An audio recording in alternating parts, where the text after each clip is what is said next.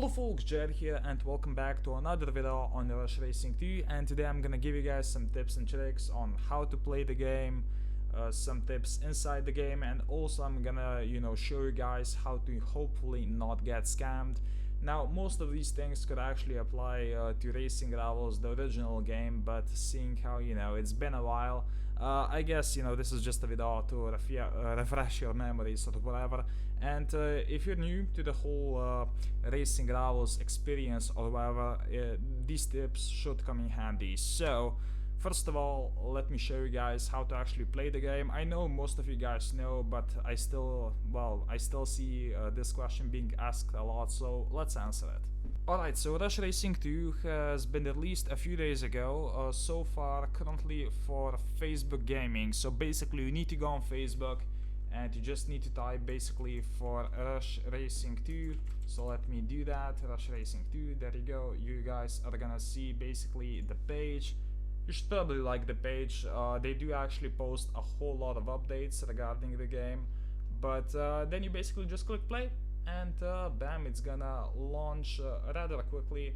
So there you go. The tutorial is pretty instant. You can also play it on mobile through Facebook, but from my experience it's actually not all that optimized. Plus the game is set to release on both iOS and Google Play in a few weeks. They're currently still optimizing stuff. You can play it on mobile if you guys want to trade or whatever, but so far I would just recommend playing the game on PC, because it does actually run rather well. So as you guys can see, full 30 FPS, I think it's 30, and the controls are actually not bad at all. So some more advantages of playing this game on PC over mobile at the moment is the fact that you can't hit NOS and the launch button on the phone at the same time, which obviously will result in worse times. I also struggled to get good reaction times because of the poor optimization to Facebook Gaming on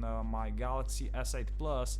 And also, if you play on PC, you won't get like Snapchat notifications and all that, because they did it in a few of my races.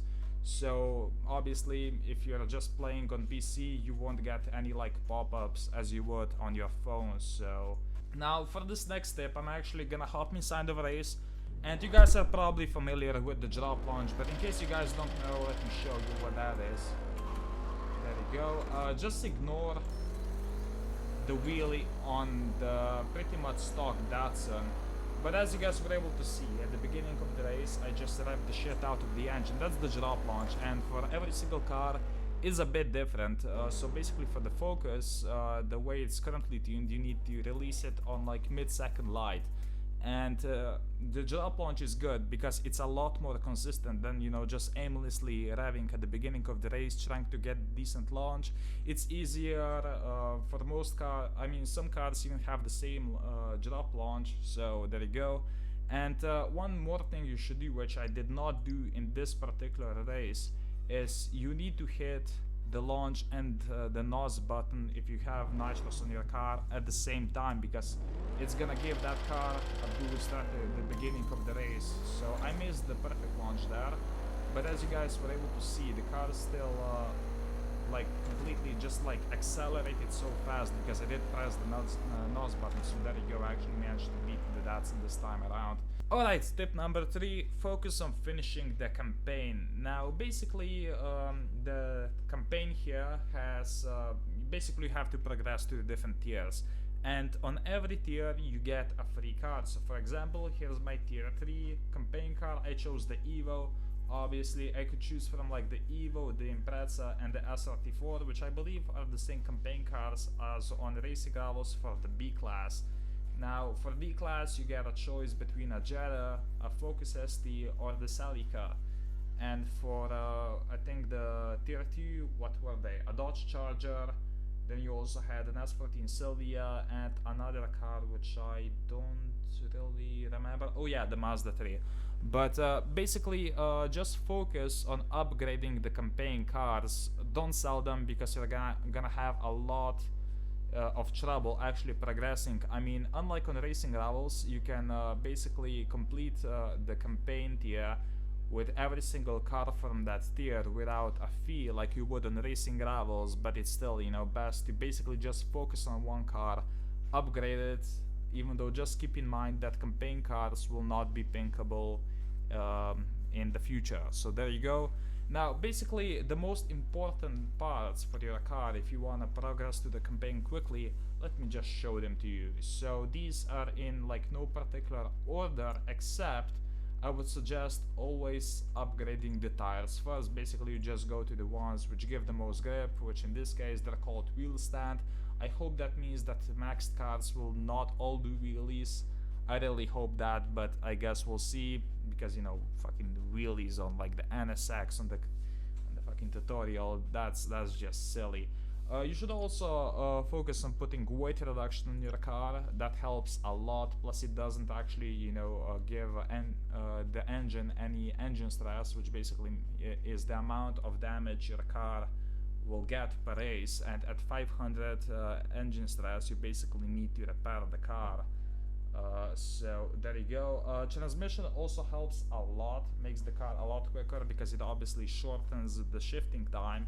And after that you do have basically some other parts. They're the same as racing rivals basically. So for engine, I mean for the like power upgrades, I think like the easiest one is basically the intake manifold, and then you also have some here like the cam gear.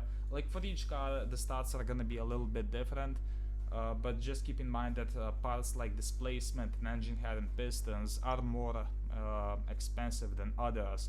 For low tier cars I would also really suggest putting NOS on them, because obviously cars with no power are gonna get a hell of a lot of well, power from using NOS at the beginning of the race. Obviously, like I said, use NOS at the beginning of the race and you're gonna have an advantage. Just make sure to also upgrade NOS, the nitrous core and the nitrous bottles, so you don't run out of NOS and you have that extra power consistently throughout the entire race. Now this next tip is gonna be a mere suggestion. Basically save your gems and boost for the important stuff. You never know when you're gonna need it. You start off with 20 gems, and then I believe me, when I got to level 10 I got 4 gems, and that's about as much of free gems as I got so far. So gems, unless you buy them, are really hard to come across, so don't just waste them, you know, just wait those few minutes or hours for the car to upgrade. It's gonna benefit you in the long time if you're not willing to spend gems on the game. In fact, I would actually suggest using your gems to buy boost. And let me get into my next point here. I would suggest for the beginning or for this phase of the game, if you wanna pink, only pink slip maxed cars. Now I'm gonna go into some reasons. Let me hop into my tier 1 car quickly, the quickest one. There you go. It's a focus and it's not maxed, which still makes it you know, vulnerable. There you go. So basically we don't know the lobby ratings so far. They're still changing, they're still adding new lobby ratings, so it's gonna be pretty much impossible to you know, make a lobby tune, and even then you don't know what kind of cars will be faster in a certain lobby. So I would just suggest that you go ahead, max out your car, and then run basically against other cars like yours. So for example, I am planning on maxing out my focus for pink slips, not this one because this one is the campaign one, but the other one. And when I do, I'm only gonna be running against max tier 1 cars, preferably focuses, because even in like the tier 1, I am sure that for example, I'm talking out of my ass here, but the Jetta could be quicker than the Focus, or the Focus could be quicker than the Jetta. Now as far as tier 1 pink slips go, I guess I can mention that the Celica might actually have an advantage here because it's all-wheel drive, and as far as I know, I don't think it can get traction loss, or you know, it's still gonna, it's basically not completely gonna destroy your run if you over rev in the Celica. So there you go. Now before practice, always do practice runs, and basically like when you max out your car, I mean max it out, like don't leave like a single part untouched, because who knows, maybe you're gonna lose by a millisecond and you're gonna be kicking yourself over that. So when you max out your car for pings, just completely max it out. Probably, you know, if you have a few parts missing, just farm up the cash so you won't basically regret later. Now also on pings, always use boost. Boost is over here. It gives your car a huge advantage. So I would suggest, if you don't want to spend gems on the game, just use the gems that you already have to buy boost, so you won't have to worry. So basically you won't have to ping slip with a huge disadvantage, that being without boost. So I'm probably gonna jump in. I'm definitely gonna ping slip on this game. I'm just really like, even only a maxed tier 1 car is still valuable, because the mills are so expensive. Like, I see people selling around 100k of RRC. I guess we can still call it RRC, Racing Rivals Cash, basically. But I still see them selling for like $8. That means 80 bucks per million. That's a lot. So even a max tier 1 car is still gonna be worth a lot. Alright, now that brings me onto my final tip, and it's basically a bit paranoid, but still, don't trust anyone on this game. Like, only trust people that you know in real life, you've known for some time. Like, even people that you might know back from Racing Rivals, don't trust them, you know. Who knows, it's been a year since Racing Rivals shut down. Who knows, maybe they don't want to be legit anymore, they're looking to take advantage of you. So basically, never deal on the game. If you meet a dude in a lobby, he offers you a trade, he's not willing to go first, yeah, that's a bit of a red flag. So basically, be really cautious. This is a new game. I'm not sure, I didn't actually see anyone get scammed so far, but it's only a matter of time, basically. So be cautious, never deal on the game. I would, personally, I'm only gonna deal through my Facebook page, which you can always, you know, come to me. If you trade with me, I will not go first. However, I can easily show you an archive of me doing around 6,000 deals or back on Racing Rivals. So if you're willing to come to me, make a deal, sure, we can do that. The link to my Facebook page is in the description if you wanna trade or buy cards, even though currently, you know, I'm still building up a garage. So there you go.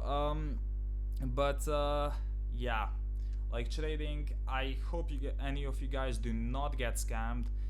It probably will happen. I'm waiting to be scammed on this game as well, but in like the past 2 days it hasn't happened, so I guess that's good. And at this point, I know I waited for some time, but still, I would like to give a huge shout out to Codevan, who actually donated me a Celica yesterday on stream, so thank you for that, I do appreciate it. But that's gonna finish up my video. I'm sure I missed something, but you know, keep watching my videos, and I will tell you guys as many tips as I can to make this game easier for you guys. Even though I'm not a pro myself, but I do have a lot of experience back from Racing Rivals, and I do want to share, you know, basically everything I know with you. So thank you, and I'll see you in the next episode. I might even stream today, I'm not sure, we'll see. Goodbye.